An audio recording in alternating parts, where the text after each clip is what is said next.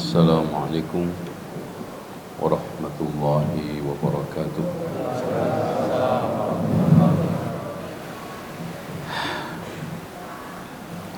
Innal hamdalillah nahmaduhu wa nasta'inuhu wa nastaghfiruhu wa nastahdihi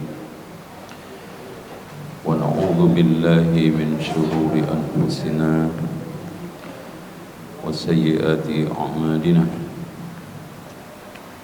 من يهده الله فلا مضل له ومن يضلل فلا هادي له أشهد أن لا إله إلا الله وحده لا شريك له وأن محمدا عبده ورسوله اللهم صل وسلم وبارك على محمد وعلى آل محمد كما صليت على إبراهيم وعلى آل إبراهيم إنك حميد مجيد. Ayat keberapa sekarang? Kelima ya? Keempat, lima? Empat nomor lima. A'udzu billahi minasy syaithanir rajim. إن الذين ينادونك من وراء الحجرات أكثرهم لا يعقلون ولو أنهم صبروا حتى تخرج إليهم لكان خيرا لهم والله غفور رحيم. يا أيها الذين آمنوا إن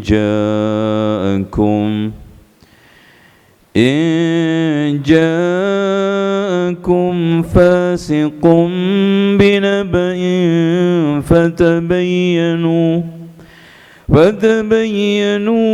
أن تصيبوا قوما بجهالة فتصبحوا على ما فعلتم نادمين.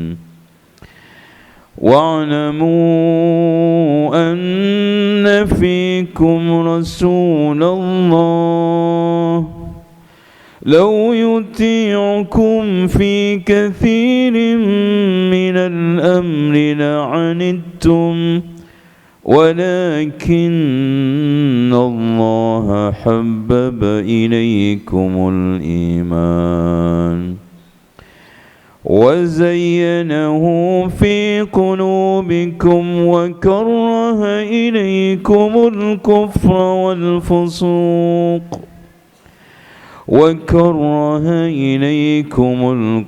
والفسوق والعصيان أولئك هم الراشدون فضلا من الله ونعمة والله عليم حكيم. فضلا من الله ونعمة والله عليم حكيم. Cukup. Mudah-mudahan antum bisa menghafal 5. Jadi tiap ketemu 5 ayat. Sanggup enggak? Insyaallah santri apa kiai? Baik. Zamma man yunadin nabi min wara'il hijab. Innal ladhina yunadunaka min wara'il hujurati aktsaruhum la ya'qilun. Ini adalah celaan bagi orang yang memanggil nama Nabi Muhammad dari belakang kamar. Ini asbabul wurud. Ada seorang badui namanya Aqra bin Habis. Ya namanya orang badui, kolot, kasar, nggak punya etika. Dan ini betul kata Rasulullah, man sakanal badiyata jafa. Siapa yang tinggal di pedalaman itu kolot. Kayaknya orang-orang pedalaman, orang-orang yang tinggal di pegunungan, di kampung-kampung itu tidak jauh dari apa yang dikatakan oleh Rasulullah sallallahu alaihi wasallam. Hadis tersebut dikeluarkan oleh Imam At-Tirmidzi dengan sanad yang hasan. Jadi man sakanal badiyata jafa. Siapa yang tinggal di pedalaman kolot. Wa man istada ghafal. Siapa yang suka mancing lalai. Wa man ata as-sultana uftutina bihi. Siapa yang suka mendatangi penguasa, maka dia akan terfitnah. Makanya ahli sunnah wal jamaah dekat dengan penguasa itu bukan menjilat tapi menasihati. Jauh dari penguasa itu bukan bughat melawan, tetapi menghindar dari fitnah. Karena enggak semua orang itu tahan banting, enggak semua orang itu tahan godaan. Bahkan kebanyakan orang itu tahan dengan ujian melarat, susah, tapi tidak tahan dengan ujian enak, nyaman. Dan rata-rata orang yang dekat dengan penguasa itu ZN, zona nyaman zaman now. Ya kan? Apa-apa dipermudah. Ya, duniawinya. Tapi untuk dakwah, untuk kajian, ya tolong ini jangan dibahas, ini saja. Ya, itu fitnah. Summa kata Imam Ibnu Katsir, qala al-musannifu rahimahullahu taala. Ana minta kalau bisa antum bawa kitab ini ya. Al-Misbahul Munir. Ini tahdhib Ibnu Katsir, ini tahdhibnya ya. Ya, gimana? Iya bahasa Arab. Iya. Antum jangan takut, nanti saya baca kalimat per kalimat, kan enak ya. Antum belum apa-apa udah takut duluan. Oh, takut sama Arab gondol ya. Arab gondrong mau. Summa innahu tabaraka wa ta'ala dhamma alladhina yunadunahu min wara'il hujurat wa hiya buyutu nisaihim. Allah mencela orang yang berteriak-teriak dari belakang kamar untuk manggil Nabi. Udah gitu manggilnya, ya Muhammad ukhruj, wahai Muhammad keluarlah.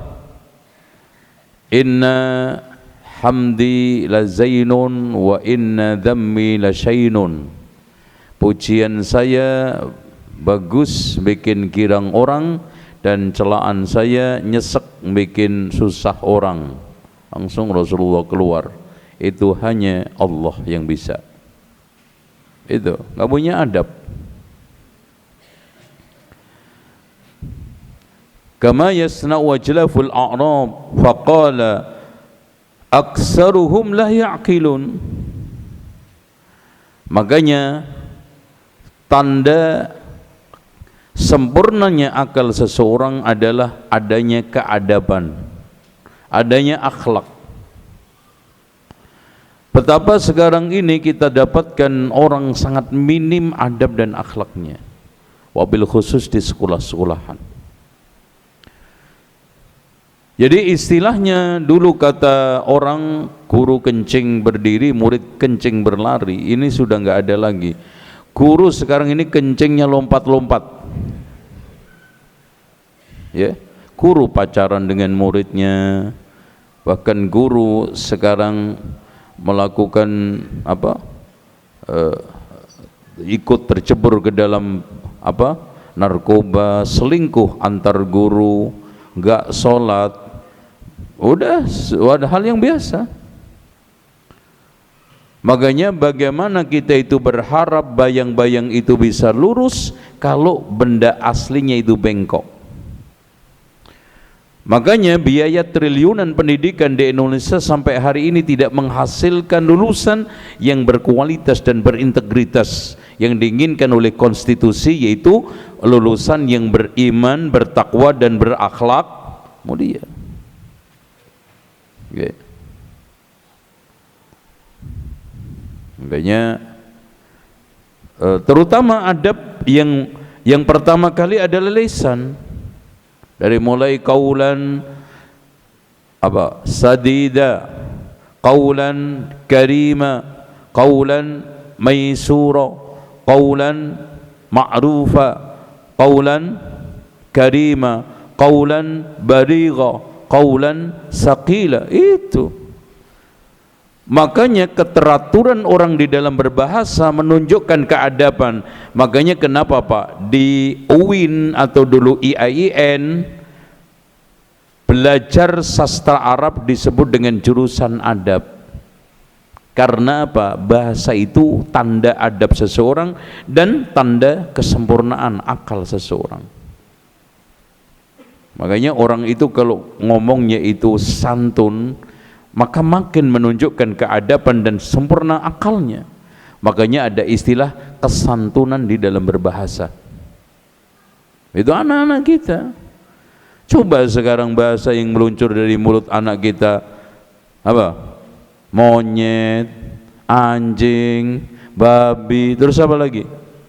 Tolol, gendeng, apa lagi? Oh, lengkap. Masya Allah. Karena apa? Coba bayangkan sekarang bagaimana kita itu bisa mengendalikan. Dulu Pak ada mahasiswa ngerokok itu aib, sekarang udah nggak aib, turun lagi. Dulu ada anak SMA itu ngerokok aib, turun lagi. Dulu ada anak SMP ngerokok aib, sekarang SD aja ngerokok. Karena sekarang rokok merokok di dalam dunia pendidikan bukan suatu hal yang aib. Itu? Kok diam aja nih? Jangan-jangan pelaku. Ya. Summa arsadallahu ta'ala ilal adab fi dzalika. Allah menunjukkan adab. Apa itu? Walau annahum sabaru. Sabar. Makanya dari sekalian generator utama adab adalah kesabaran. Sabar. Orang tidak ngomong kotor, sabar kan? Itu. Orang sekarang tidak bertindak zalim, sabar kan? Makanya segala sesuatu itu berpusat pada kesabaran. Sampai istri tidak kurang ajar ke suami, suami tidak kurang apa? Kurang, ya terserah antum lah. Itu karena sabar. Makanya kenapa Rasulullah mengatakan al-mu'minu alladhi yukhalitun nas wa yasbir ala adahum khairun min alladhi la yukhalitun nas wa la yasbir ala adahum.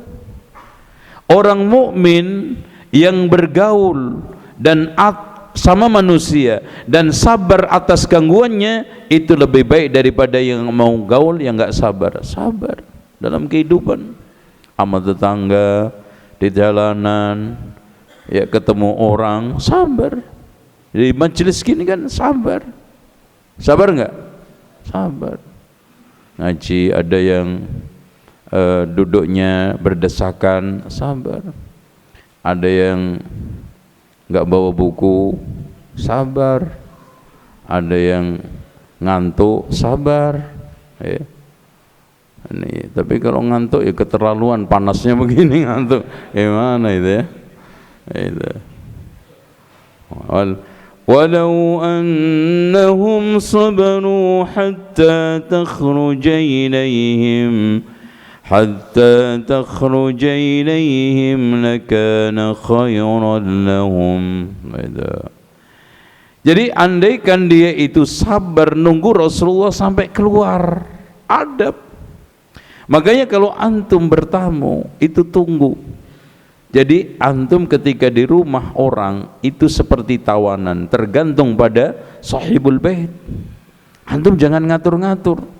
Pak, kok suguhannya cuman ini, Pak? Antum dikasih aja untung. Kayak kan gitu. Apalagi di Indonesia kita silaturahmi muter, ya paling kasih air, ya air, masya Allah. Apalagi silaturahmi pada waktu hari raya, yang kelima kencing, karena ini air kue, ya udah. Itu sekali-kali kayak Nabi Ibrahim sekali bertamu dikasih apa? Sapi itu pedet itu metu mas, mosok air lagi nih. Teh lagi, pedet gitu ya. Gimana? Makanya ketika datang malaikat kan,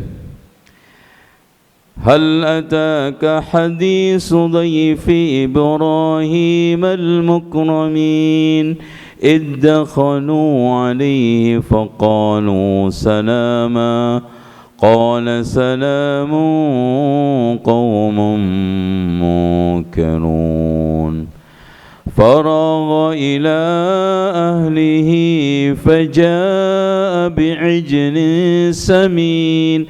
Dia datangi keluarganya soro untuk supaya masak pedet gemuk. Loh, bukan hanya pedet, gemuk. Jangan juga ayam pele yang apes. Jangan gemuk gitu. Itu masya Allah adab sahibul bait. Adabnya tamu nggak usah protes-protes, nggak usah nanya-nanya.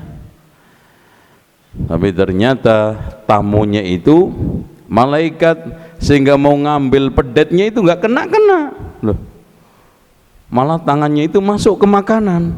Loh, kok nggak kotor? Wah, ini bukan manusia ini. Berarti malaikat betul ternyata, malaikat Jibril, Mikail. Makanya Nabi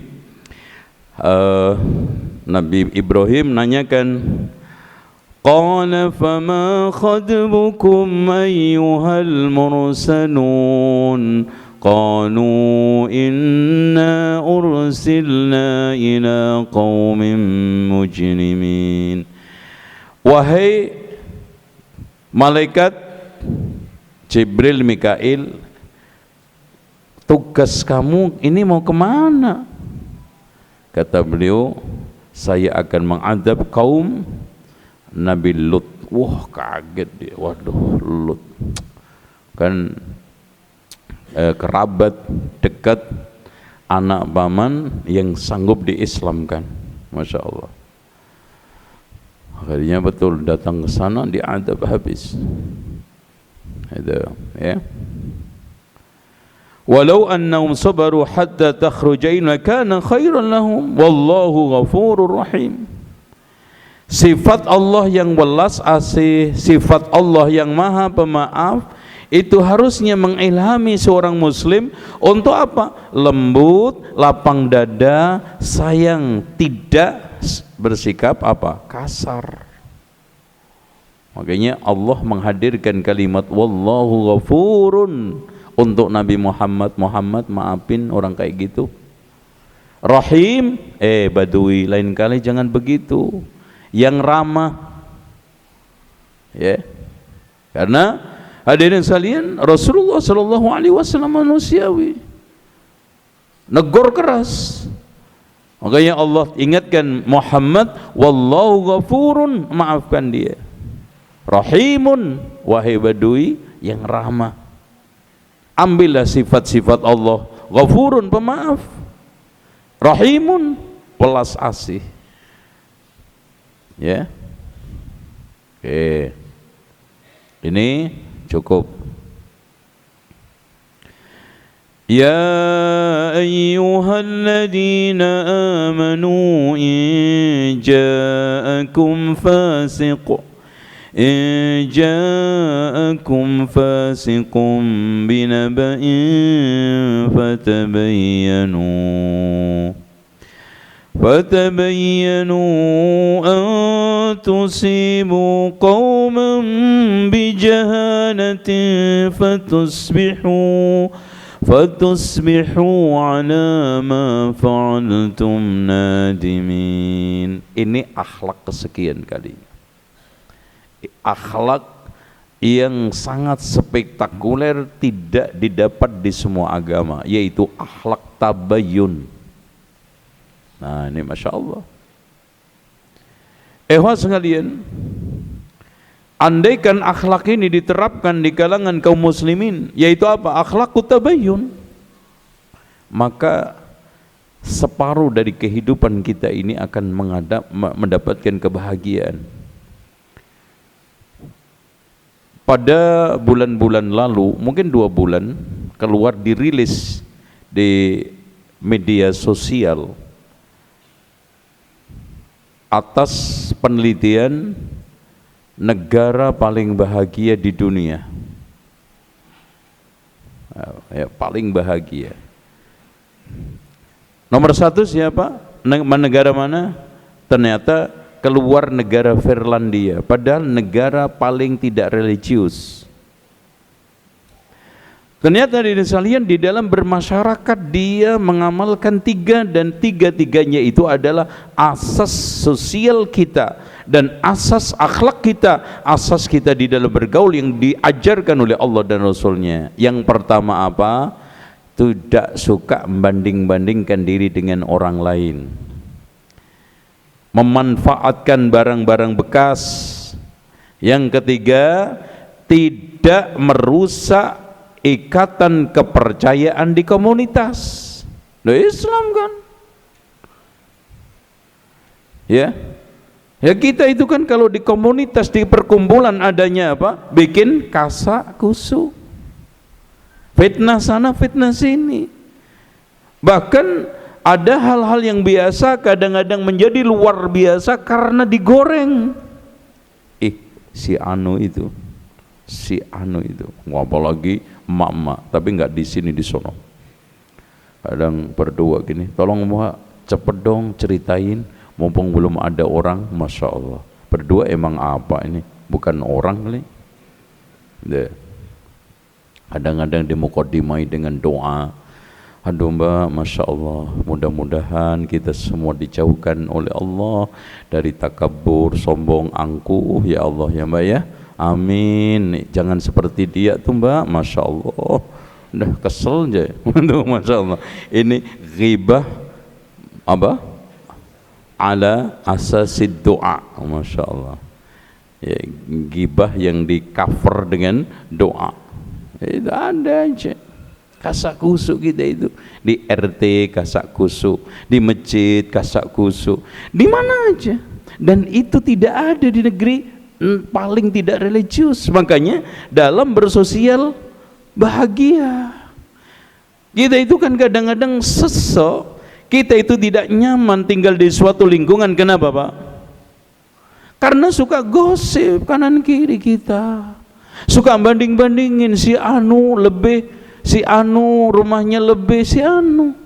Makanya ikhwan, yang bikin kita itu tidak bahagia itu bukan karena rumah kita jelek, karena masih ada rumah orang lain yang lebih baik, lebih bagus. Bukan mobil kita sekarang ini jelek, tapi ada mobil lain yang lebih bagus. Coba kalau antum nggak percaya, tinggal di tengah hutan sendirian, bahagia nggak? Bahagia, karena nggak ono sing dibandingi. Bandingnya apa? Kanan kiri ketek tok. Nah gitu, aman itu. Itu kan gitu. Terus suka gengsian barang bekas. Aduh mas, aduh nggak kelas lah, kasih HP bekas. Aduh nggak kelas. Di sono nggak gengsi Pak. Orang-orang yang Masya Allah mungkin kerja mapan dikasih hadiah jas, jaket bekas, dinikmati. Itu kan gitu. Coba istri antum kasih HP jadul, antum diceraikan. Kan gitu. Masya Allah. Karena ada sebagian laki-laki kadang-kadang bertekuk lutut sama istri, bahkan lebih parah lagi ditekuk-tekuk. Masya Allah itu ya. Jangan. Oke, masuk. Ya ayyuhalladzina amanu, ini adalah panggilan keimanan yang pada waktu tafsir lalu telah kita tegaskan, tidaklah Allah mengawali ayatnya dengan panggilan iman, melainkan di dalamnya ada larangan besar yang ingin disampaikan atau ada perintah besar yang ingin disampaikan. Ini ya ayyuhalladzina amanu in ja'akum fasik, coba Pak, fasik.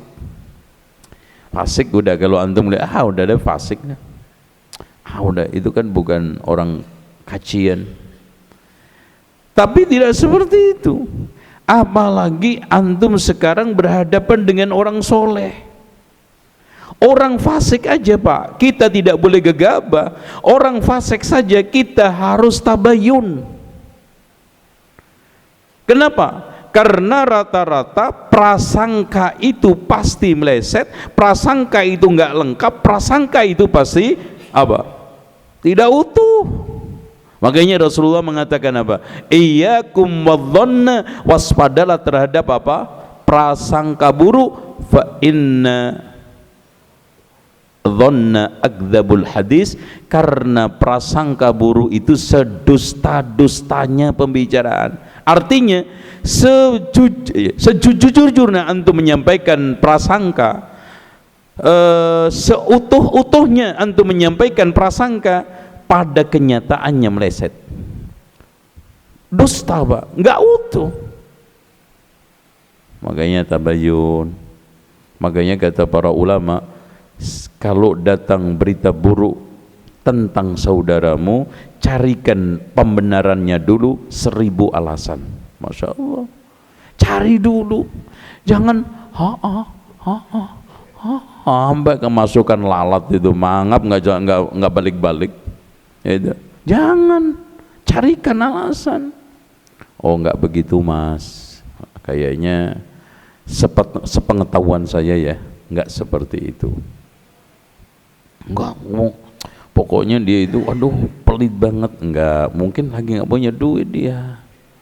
Ya antum nyari sumbangan pas tanggal-tanggal begini ya nggak ada lah. Coba antum nyari sumbangan pas tanggal-tanggal di atas 15, hatinya lagi plong, ngomongnya antum enak, dikasih kok. Masya Allah, anak itu minta sumbangan ke dia nggak pernah meleset kok, lo kan gitu, kasih pembelaan. Apalagi antum tidak mendapatkan berita lain kecuali itu, sehingga ikhwan, ketika menghadapi berita siapapun antum tafsir yang baik dulu, kecuali ada bukti yang menunjukkan dia itu tidak baik. Itu sikap kita yang benar. Makanya asbabul nuzul dari ayat ini ceritanya, jadi dikeluarkan oleh Imam Ahmad di dalam musnadnya, riwayat Malik bin Mustalih wa huwa Haris ibnu Abi Dharrar walidu Juwairiyah bintil Haris ummil mu'minin. Jadi ceritanya Haris bin Abi Dharrar ini masuk Islam, menyatakan masuk Islam, dan sampai saking tulusnya putri tercintanya dinikahkan dengan Rasulullah, yaitu Juwairiyah, yang sangat terkenal ahli ibadahnya, zikirnya bahkan pernah zikir dari pagi subuh sampai dia menjelang zuhur. Akhirnya diganti oleh Rasulullah SAW. Wahai Juwairiyah, mau enggak kamu berzikir bisa mengganti ini semua? Subhanallah wa bihamdihi adada khalqihi wa ridha nafsihi wa zinata arshihi wa midada kalima. Masya Allah, itu cukup kita baca berapa? 3 kali. Oh, Masya Allah, Juwairiyah. Akhirnya dia mengatakan, ya Rasulullah, saya tunggu utusan engkau nanti di bulan ini dan ini akan saya serahkan zakat-zakat umat saya. Masya Allah.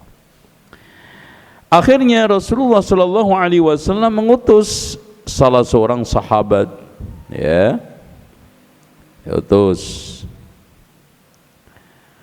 Ternyata dia di tengah jalan ketakutan. Akhirnya apa? Nggak jadi datang.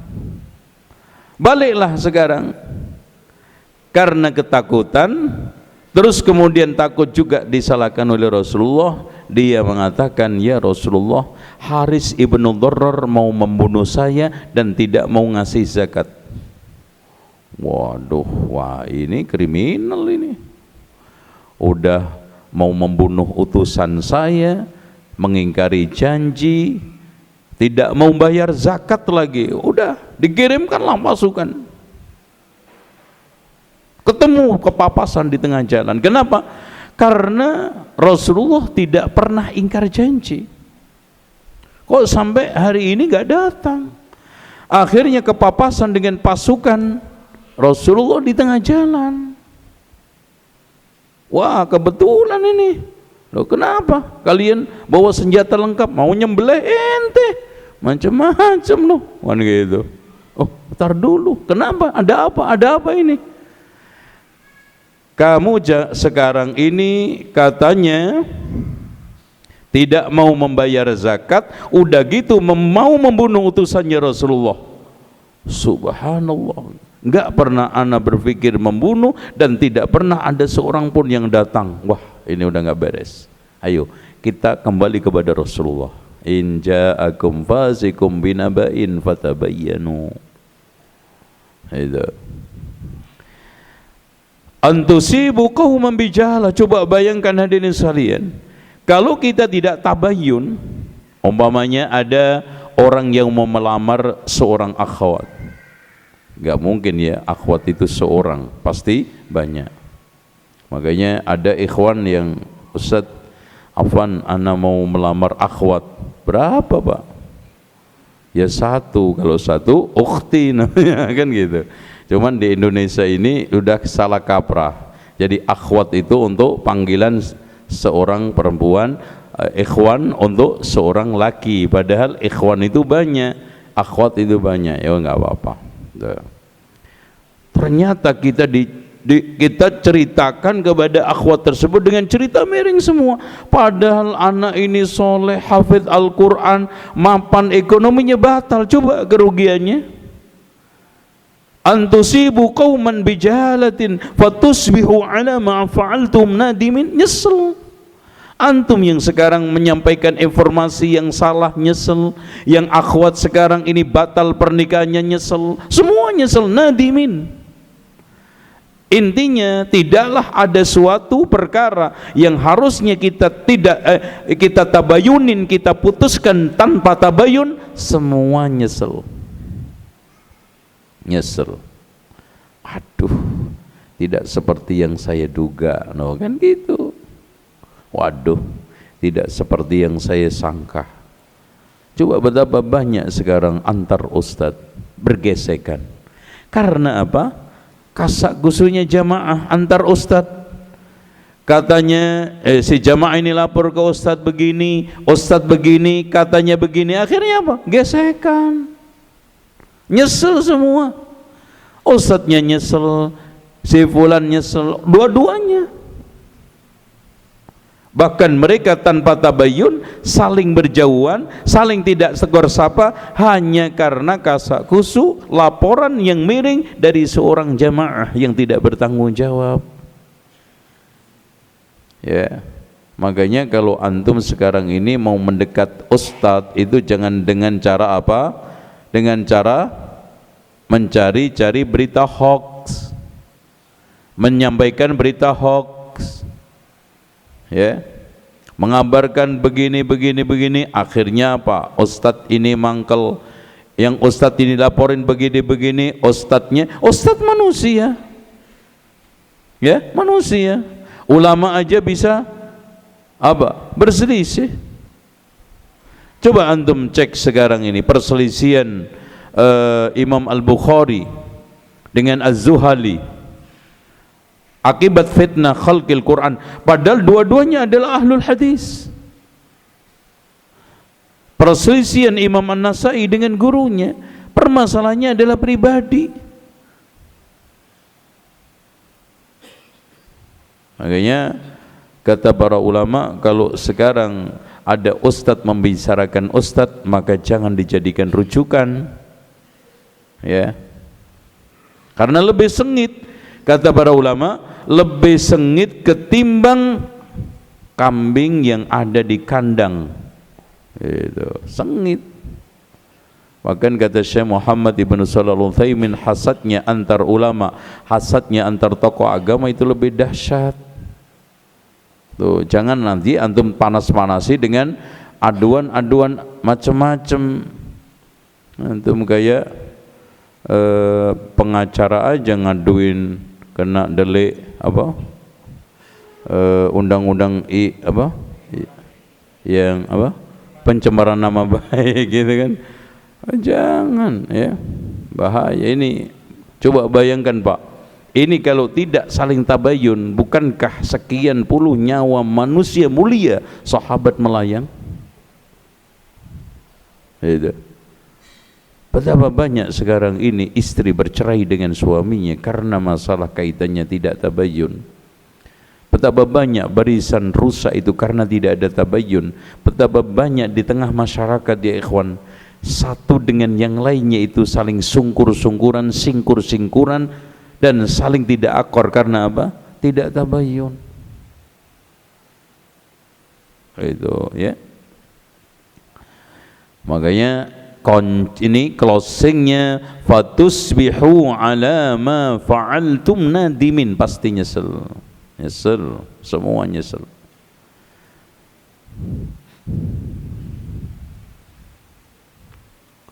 Taib. Kita lanjut. Wa'lamu anna fikum Rasulullah law yuti'ukum fi katsirin minal amri la'anittum walakinna Allah habbaba ilaykumul iman وزينه في قلوبكم وكره إليكم الكفر والفسوق والعصيان أولئك هم الراشدون. Wa'lamu, ini menunjukkan semua harus dasarnya ilmu. Dan ilmu itu apa?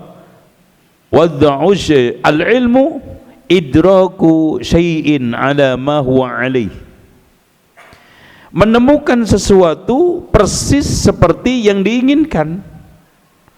Contoh 1 tambah 1 2. Makanya lawannya adalah jahil, bodoh. Idraku syai'in ala ghairi ma huwa alaihi, menemukan sesuatu yang tidak sesuai dengan kenyataannya. Contoh 1 tambah 1 sama dengan 6. Namun jahil itu ada 2, al-jahlul basit, bodoh yang ringan. Ketika orang itu ditanya, Pak, 1 tambah 1 berapa? Enggak tahu. Yang kedua, jahil yang namanya murakkab, yaitu bodoh kuadrat. Ketika ditanya 1 tambah 1 berapa Pak? 10. Ini namanya bodoh kuadrat. Betapa banyak sekarang ini kaum muslimin yang bodohnya itu kuadrat di dalam masalah agama, ya, di dalam masalah kaitannya dengan apa? Din. Bahkan kadang-kadang udah nggak tahu ngeyel. Itu apalagi manusia sosmed. Ciri-ciri manusia sosmed kan, kalau menjawab apa-apa tidak menggunakan ilmu yang memadai. 2, ngeyel, minta menang. Itu ciri debat di sosmed. Itu kan gitu. Itu harusnya hadirin sekalian, wa antaqulu 'alallahi ma la ta'lamun. Larangan bahkan dengan teks haram berbicara masalah agama tanpa dasar ilmu. Dan hakikat daripada ilmu, kata Imam Ibnu Qayyim, al-ilmu ma qala Allah wa qala Rasul wa qala sahabat. Yang namanya ilmu adalah apa yang dikatakan oleh Allah, apa yang dikatakan oleh Rasulullah, dan apa yang dikatakan oleh sahabat. Itu ilmu. Lah kalau antum sekarang bicara masalah agama, dari Allah tidak kita dapatkan ayatnya, dari Rasul kita tidak dapatkan sunnahnya, dari sahabat kita tidak dapatkan qaulnya, diam. Udah adzan. Assalamualaikum warahmatullahi wabarakatuh. Alhamdulillahi rabbil alamin. Wassalatu wassalamu ala asyrafil anbiya'i wal mursalin Muhammadin wa ala alihi wa sahbihi ajma'in wa ba'd. Wa'lamu al-ilm merupakan satu perkara paling mulia di dalam Islam. Kenapa, Pak? Karena ilmu adalah sumber seluruh kebaikan. Makanya Imam Asy-Syafi'i mengatakan, man arada dunya fa'alaihi bil ilm. Siapa yang menginginkan dunia, hendaknya dengan ilmunya. Wa man arada al-akhirata fa'alaihi bil ilm. Siapa yang menginginkan akhirat, hendaknya dengan ilmunya. Wa man aradahuma fa'alaihi bil ilm. Siapa yang menginginkan keduanya, hendaknya dengan ilmunya. Makanya Rasulullah sendiri meneguhkan, may yuridillahu bihi khairan yufaqihu fid din. Siapa yang diinginkan oleh Allah baik, pasti dipahamkan agama, mudah diajak untuk ngaji, ada waktu selalu untuk diluangkan mencari ilmu. Makanya cek aja, sulit orang itu menjadi baik tanpa ilmu. Makanya Imam Ibnu Hazm di dalam kitab Al-Akhlaq wa Sir, sulit sekali orang itu bisa menjadi baik tanpa ilmu. Andaikan ada orang baik tanpa ilmu, itu sedikit dan di dalam hal yang sangat parsial. Contoh, ada orang tidak berilmu, pendiam. Pendiam baik tidak? Baik. Tapi parsial, tidak mendalam.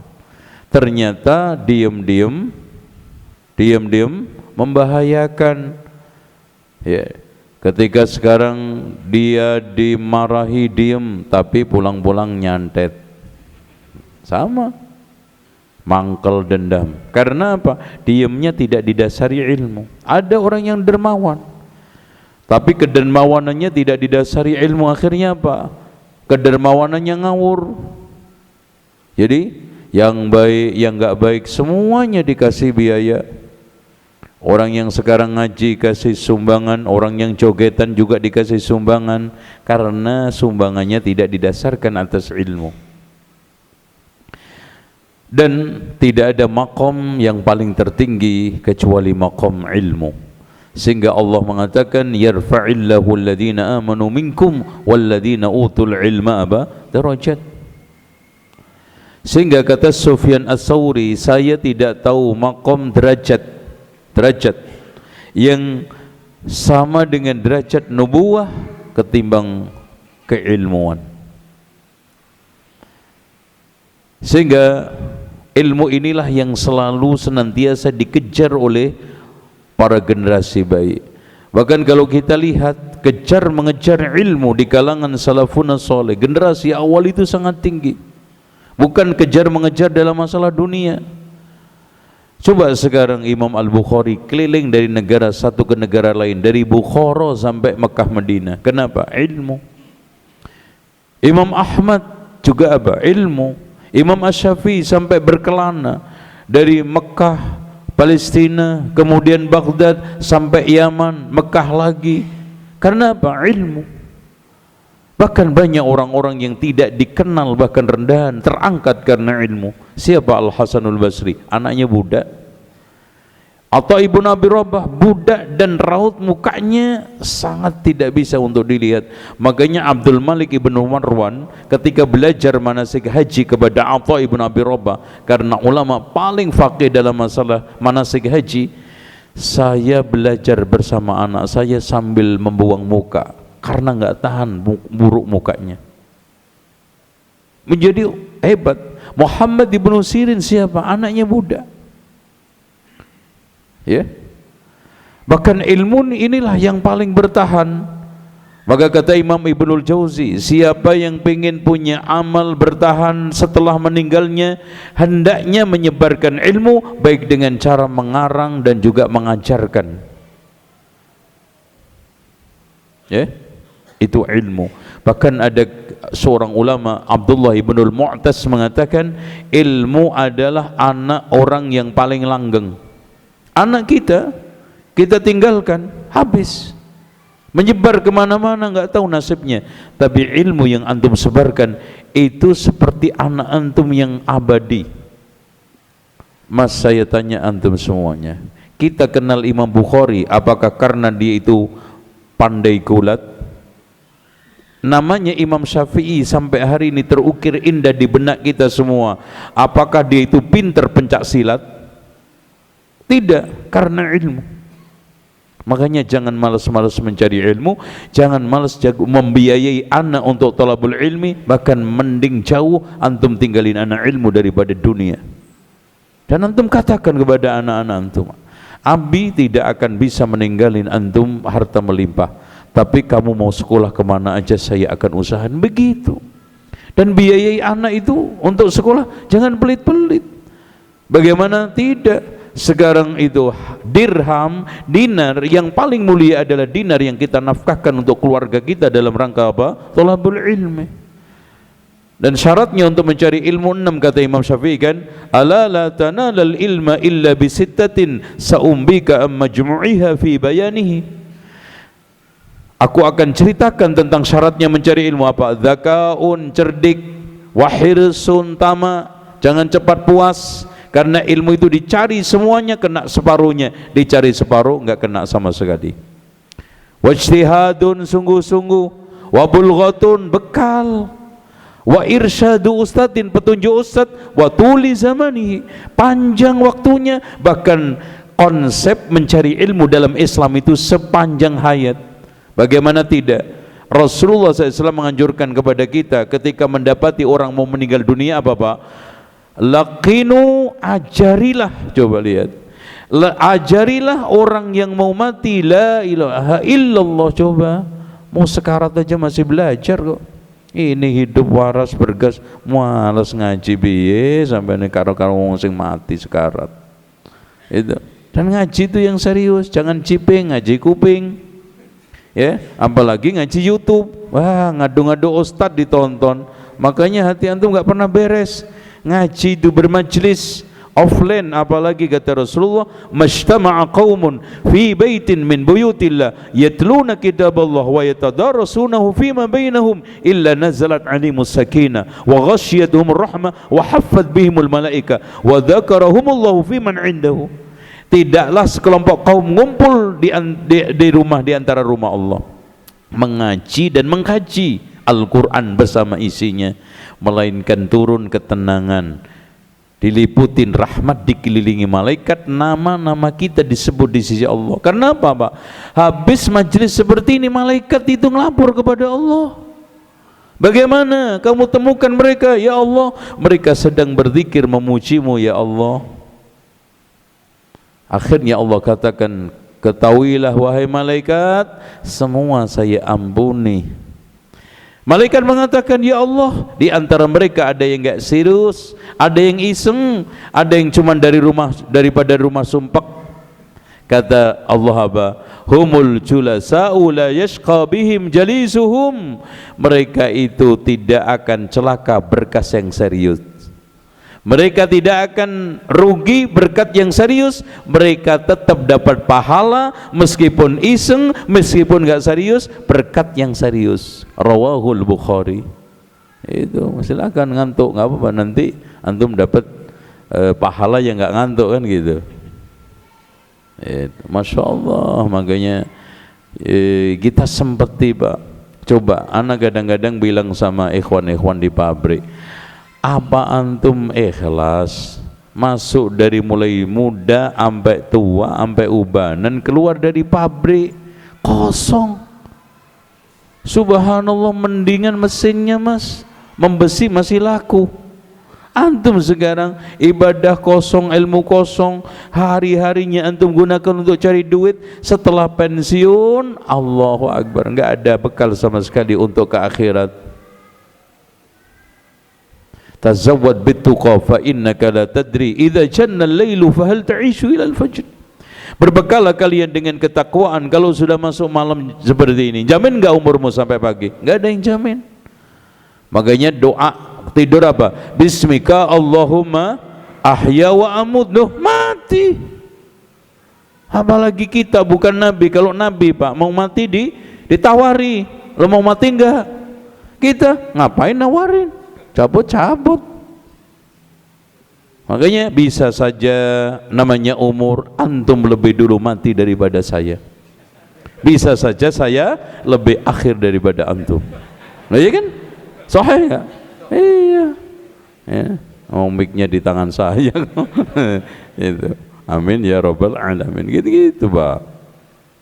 Wa kam min salimin mata bi ghairi illatin, berapa banyak orang yang sehat mati tanpa sebab penyakit. Wa kam min sakimin ashahinan minad dahri, dan berapa banyak yang sakit-sakitan enggak mati-mati. Wa kam min fata yumsi wa yusbihu amina wa qad nushijat afan wa wala yadri, berapa banyak pemuda yang sehat segar bugar, sore pagi merasa aman, ternyata kain kafannya udah digunting-gunting tidak tahu.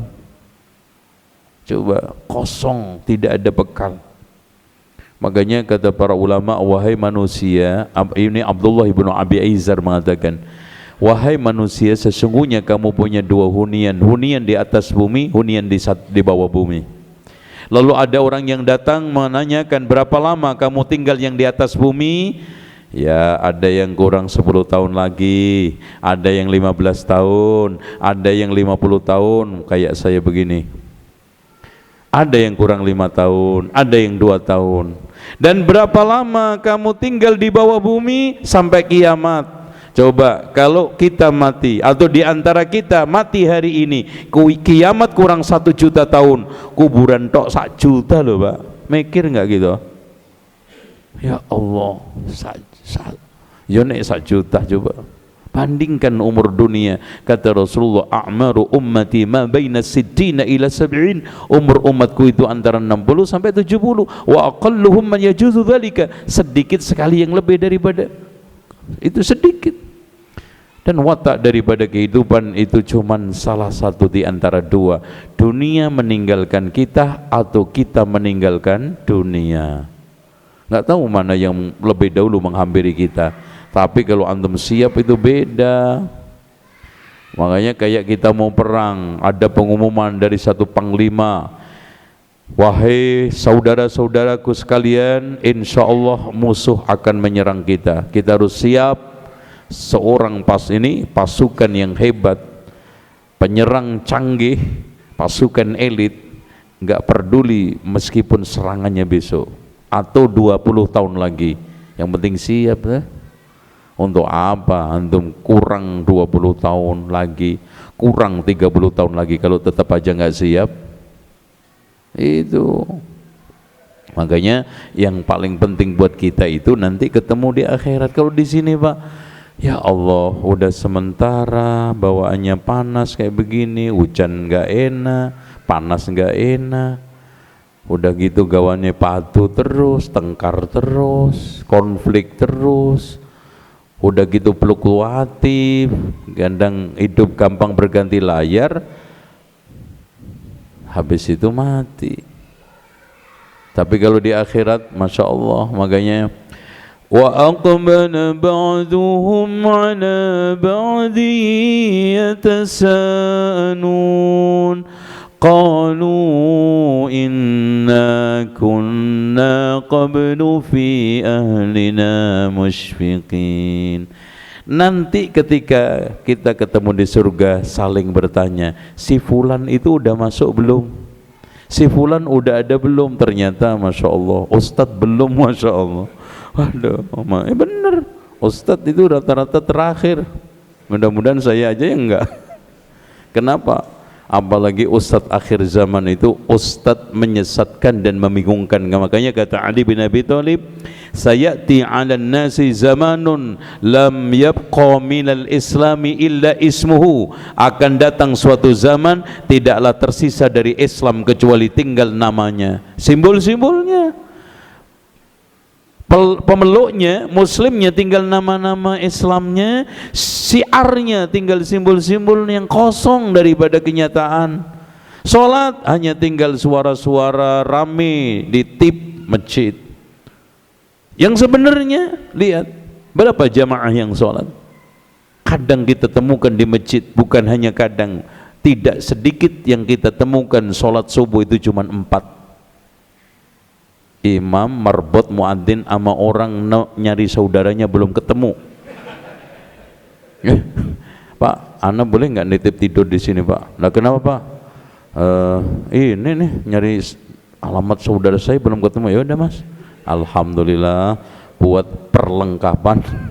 kelengkapan jumlah jamaah itu. Udah gitu ya Allah, suratnya buka inna kulhu aja udah, masya Allah. Dan itu pun kadang ngeles, masya Allah Pak. Surat yang paling saya cintai itu Qul huwallahu ahad, dan fadilahnya itu besar sekali, masya Allah. Di antaranya Pak, mempercepat selesainya sholat. Masya Allah, masya Allah. Kan gitu. Makanya bolak-balik Al-Fatihah. Itu kan gitu. Nggak sekali-kali lagi apa ngirim itu ila hadratin Nabil Mustafa Muhammadin sallallahu alaihi wasallam Al-Baqarah gitu loh, bid'ahnya biar seru gitu loh kan gitu. Bolak-balik Al-Fatihah gitu. Oke, makanya talabul ilm, terutama ilmu an kitabillah, ilmu tentang kitabullah. Tidak ada satu asyraful ilm min kitabillah. Tidak ada ilmu yang paling mulia adalah ilmu tentang apa? Kalamullah. Bagaimana tidak kita bisa berdialog langsung kepada yang berbicara, yaitu apa? Kalamullah. Ya. Coba bayangkan sekarang ini agama mana yang bisa menghadirkan kalamullah yang asli? Hanya Al-Quran yang dijamin oleh Allah, inna nahnu nazzalna dzikra wa inna lahu lahafidhun.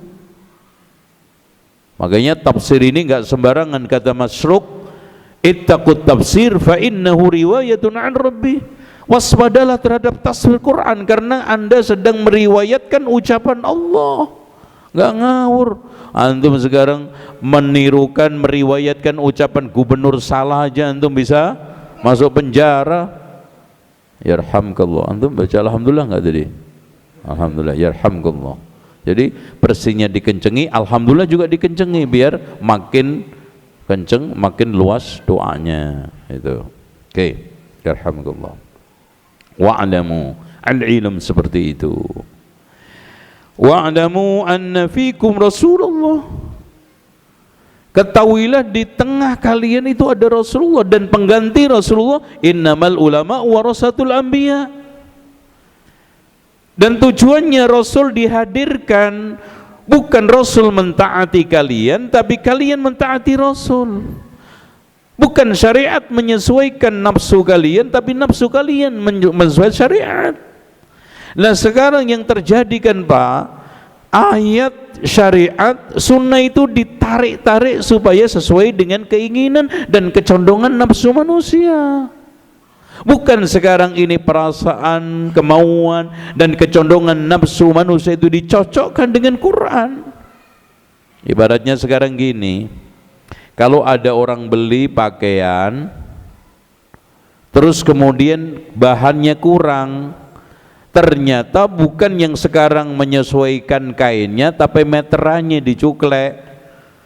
Sekarang pertanyaannya, kain menyesuaikan meteran atau meteran menyesuaikan kain? Ya kainnya, ya kita. Al-Quran sunnah syariat ini diturunkan untuk ngatur kita, kok jadinya kebalik-balik kita ngatur syariah. Makanya Syariat buat kita beragama itu seperti SOP kita kerja. Makanya syariat itu SOP-nya agama. Coba antum sekarang kerja SOP, antum rubah-rubah, antum sekarang cungkir balikan. Kacau enggak? Kacau. Makanya ada petunjuknya. Jangankan sekarang perkara-perkara besar, ruku aja ada caranya, angkat tangan ketika sholat ada caranya, iya enggak? Sujud ada caranya. Makanya termasuk yang dipersoalkan oleh ulama bukan soal kaitannya dengan membaca Fatihah itu boleh enggak, caranya. Karena membaca Fatihah di dalam nas Al-Quran dan Sunnah cuman untuk 3 tujuan. Yang pertama untuk sholat, yang kedua untuk ruqyah, yang ketiga membaca seperti bacaan surat-surat yang lainnya. Tapi ngotot ada keutamaannya di dalam Sahih Muslim. Coba ente baca tuh surat Sahih Muslim. Jibril mengatakan ke Rasulullah apa? Ya Muhammad, abshir binuraini utitahuma lam yu'tahuma nabiyyun qablaka Fatihatil kitab wa khawatimi suratil Baqarah lan taqra biharfin. Kenapa Rasulullah menghadirkan bi harfin? Sama ketika menyebutkan 2 ayat terakhir dari surat Al-Baqarah, man qara'a bil ayataini. Berarti di sini fungsinya ba itu untuk ruqyah, ba itu untuk minta bantuan kepada Allah ketika ruqyah supaya manjur terusir itu syaitan. Makanya di antara 2 ayat terakhir dari surat Al-Baqarah untuk apa? Man qara'a bil ayataini min akhiri atau min awakhir suratil Baqarah fi lailatin kafatahu, cukup untuk apa? Menangkal gangguan malam, terutama sihir. Kan itu bukan Al-Fatihah, bukan. Itu yang dipersoalkan oleh Lajnah Daimah, itu yang dikatakan oleh para ulama. Tapi kan gitu ngotot ya, jamaahnya salah paham, dipahamkan susah, ternyata tokohnya pahamnya disalah-salahkan, ya, klop no, gitu. Jamaahnya salah paham, tokoh ulamanya apa? Pahamnya disalah-salahkan supaya tetap sesat. Kan harusnya paham yang salah itu diluruskan, bukan malah paham disalah-salahkan. Salah paham aja itu udah berat kok, kata Imam Syafi'i, wa kam min aibin qawlan sahihan fa afatuhu minal fahmi saqim. Berapa banyak orang yang mencela pendapat yang baik asal muasalnya adalah salah paham. Bagaimana dengan pahamnya disalah-salahkan? Makanya Masya Allah Pak, saya kadang-kadang mikir gini, kalau sekarang agama itu dipahami masing-masing per kelompok, per organisasi ini, Masya Allah, pemahaman agama ini kayak apa? Sehingga antar umat Islam ini tidak bisa ketemu, bukan karena sekarang syariatnya, Quran sunnahnya, tapi pemahamannya. Dan itu awal muasal perpecahan ahlul kitab. Sehingga antar mereka aja itu, Masya Allah, kayak agama berbeda. Bukankah sekarang Katolik sama Protestan, Masya Allah, nggak bisa ketemu? Sama juga Sunni sama Syiah. Kenapa? Akibat pemahaman. Makanya harus ada pemahaman yang mengukur, yang standar, yaitu siapa? Siratal ladzina an'amta 'alaihim. Nah, kalau sampean punya pemahaman dipakai, si fulan punya pemahaman dipakai, masing-masing ormas tokohnya punya pemahaman. Coba bayangkan. Makanya Pak, hampir tidak ada satu syariat pun yang tidak, umat itu tidak pecah. Mana sekarang masalah agama yang tidak ada perbedaan? Mana sekarang masalah agama yang tidak ada perpecahan? Hampir nyaris seluruh komponen agama itu berselisih. Kenapa? Bukan karena ayatnya, bukan karena hadisnya, karena pemahamannya. Mungkin yang tidak ada perbedaan cuma satu, sholat ngadep kiblat, gitu dok.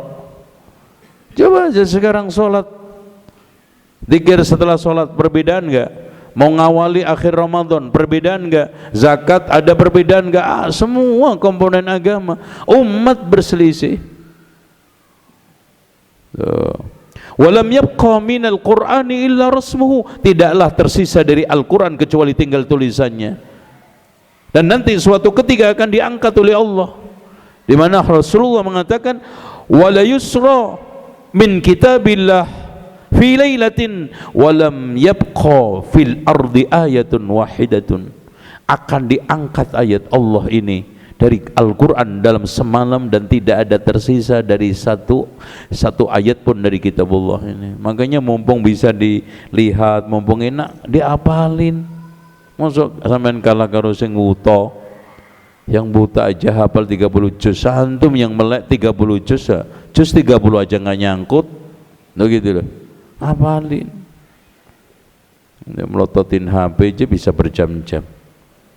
Itu loh Pak. Paham? Gimana? Setuju nggak? Apanya? Oke. Astagfirullah. Nah lanjut, kata Ali bin Abi Thalib, wa ya'muruna masajidallah wa hiya an dzikrillahi kharabun.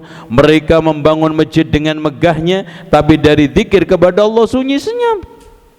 Sunyi senyap. Bahkan kita lihat masjid-masjid besar yang ukurannya Masya Allah, macam seperti Istiqlal, macam seperti Atin, itu kalau subuh Pak, Masya Allah, dilihat dari pintu belakang nggak kelihatan kalau nggak pakai keker, karena nggak ono jamaah. Ya Allah. Makanya betul kata Menteri Pertahanan Israel kita, suatu ketika umat Islam ini akan memerangi kita dan mengalahkan kita semua. Ditanya oleh audiennya, kapan itu terjadi? Kalau jumlah jamaah subuhnya umat Islam sama dengan Jum'ahnya. Loh itu. Dari sekarang jomplang loh. Jamaahnya Jumat meludak subuh, 1 sof, setengah sof, Masya Allah. Ini kenapa? Karena mempertahankan masjid itu keliru-keliru. Mereka lebih mengelokkan kubahnya, mereka lebih memperbaiki, memegahkan menara-menaranya sampai ratusan miliar, sementara tempat sholatnya itu tidak diperhatikan. Itulah keliru-keliru. Akhirnya apa? Jamaahnya hilang. Jamaahnya nggak berminat, ngelihat aja kubahnya, datang ke masjid foto-foto selfie, bukan sholat. Itu karena indah bentuknya. Wa syarru ahli dzalika zaman ulama'uhum, manusia paling busuk pada zaman itu adalah ulamanya. Loh coba Pak. Jadi ulama, ustadz, kiai akhir zaman itu fitnah. Makanya kata Ali bin Abi Thalib, minhum takhrujul fitnah, dari mereka keluar fitnah, wa ilaihim ta'ud, kepada mereka kembali fitnah. Makanya kalau ada kiai, ada ulama, ada ustadz bangga menjadi tokoh agama, itu ustadz rada-rada. Mana bangganya?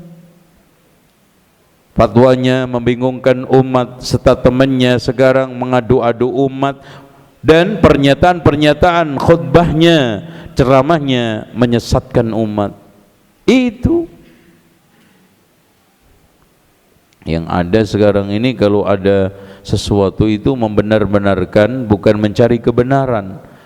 Praktek agama yang sudah ada ini bukan sekarang diluruskan atau tidak diluruskan, tapi dicarikan dalil untuk supaya benar. Supaya apa? Disenengin umat, dicocokin umat, supaya terus eksis dan viral, sehingga banyak seneng ustadz yang bermerek selera rakyat, yaitu ustadz yang sesuai dengan selera rakyat.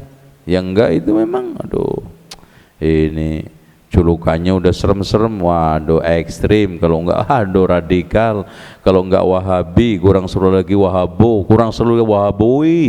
Masya Allah kan gitu, nggak cukup wahabi aja, wahabo, kurang mantap lagi wahaboi. Waduh, Masya Allah. Apalagi saya dapat gelar paling keren, kembang wahabi. Wah, Masya Allah, Masya Allah. Aduh, Masya Allah. Karepmu mas. Itu. Wa'lamu anna fikum Rasulullah law yuti'ukum fi katsirin min al-amri la'anittum. Andaikan Rasulullah itu mentaati kalian, menuruti kalian, hancur, la'anittum, kalian akan mendapatkan berbagai macam kesengsaraan, kesulitan, permasalahan. Kenapa? Berantakan agama. Dan sekarang ini la'anittum walakin Allah habbaba ilaikumul iman. Yang bikin kita itu cinta iman, cinta Allah, cinta Al-Quran adalah Allah. Makanya mohon kepada Allah. Makanya ikhwan, taufik itu datang dari Allah.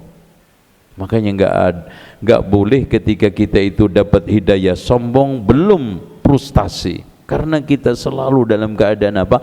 Harap dan cemas. Kita berharap terus hidayah ini tumbuh, cemas kalau dicabut. Karena innamal a'malu bil khawatim, amalan itu tergantung pungkasannya. Dan tidak sedikit ya ikhwan orang-orang yang akhirnya nikmat hidayah itu dicabut oleh Allah menjelang meninggal dunia. Makanya Masya Allah ya ikhwan, kadang ada sebagian ikhwan yang dulu Masya Allah masa dulu mudanya ngaji, setiap kajian dihadirin, pagi sampai malam pulang kehujanan ya, berbagai macam hujatan celaan dia dapatkan karena dia itu mengikuti sunnah. Ya Allah, udah menjelang akhir hayat, menjelang mati, tinggal panennya malah futur. Lobi ya itu, oh rugi ya Allah. Makanya ana berbagai macam tantangan dakwah, tidak pernah ada yang sekarang saya takutkan, saya khawatirkan. Cuman satu, aku takut khawatir kembali lagi kepada kepada masa lalu, kepada apa namanya, karena menggoda kan. Apalagi pulang kampung ditawari, Ustadz mau jadi caleg nggak? Wah, godaan. Makanya yang saya syukurin sekarang itu cuma satu, Pak. Dan itu memang kata Allah, penghuni surga ketika masuk surga yang disyukurin itu bukan bidadari cantiknya, bukan istananya yang megah, nikmat melimpah, tidak, tapi waqalul hamdulillahilladzi hadana lihada wa ma kunna linahtadiya laula an hadanallah. Itu ya, apalagi anak juga, ya Allah, kalau anak nggak dapat hidayah sunnah, minimal satu jadi dukun, kemudian yang kedua ceramah pasti nyerang Wahabi karena itu paling laris. Nah yang ketiga nyanyi sholawatan. Wah, suara saya juga nggak jelek-jelek banget kan, kemana-mana laris. Ya Habibi ya Muhammad ya Anu, itu kan bikinan saya dulu itu. Anta syamsun anta badrun anta nurun fawqa nuri. Oh enak kan, masuk swarga ngene tok ya Pak. Itu nyanyi joget mlebu swarga kan enak itu. Siapa yang nggak mau? Apalagi jamaahnya didoktrin swarga neraka nunut kiai. Yo, bismillah, sholawat Joko Tingkir. Aduh, itu. Makanya agama yang begini-begini ini berat. Agama yang begini-begini ini bukan hanya berat, sesat, aneh. Waduh, dikit-dikit haram, dikit-dikit nggak boleh, dikit-dikit bid'ah, ngajinya cuma sunnah-sunnah. Kapan wajibnya? Lo coba, kapan wajibnya katanya?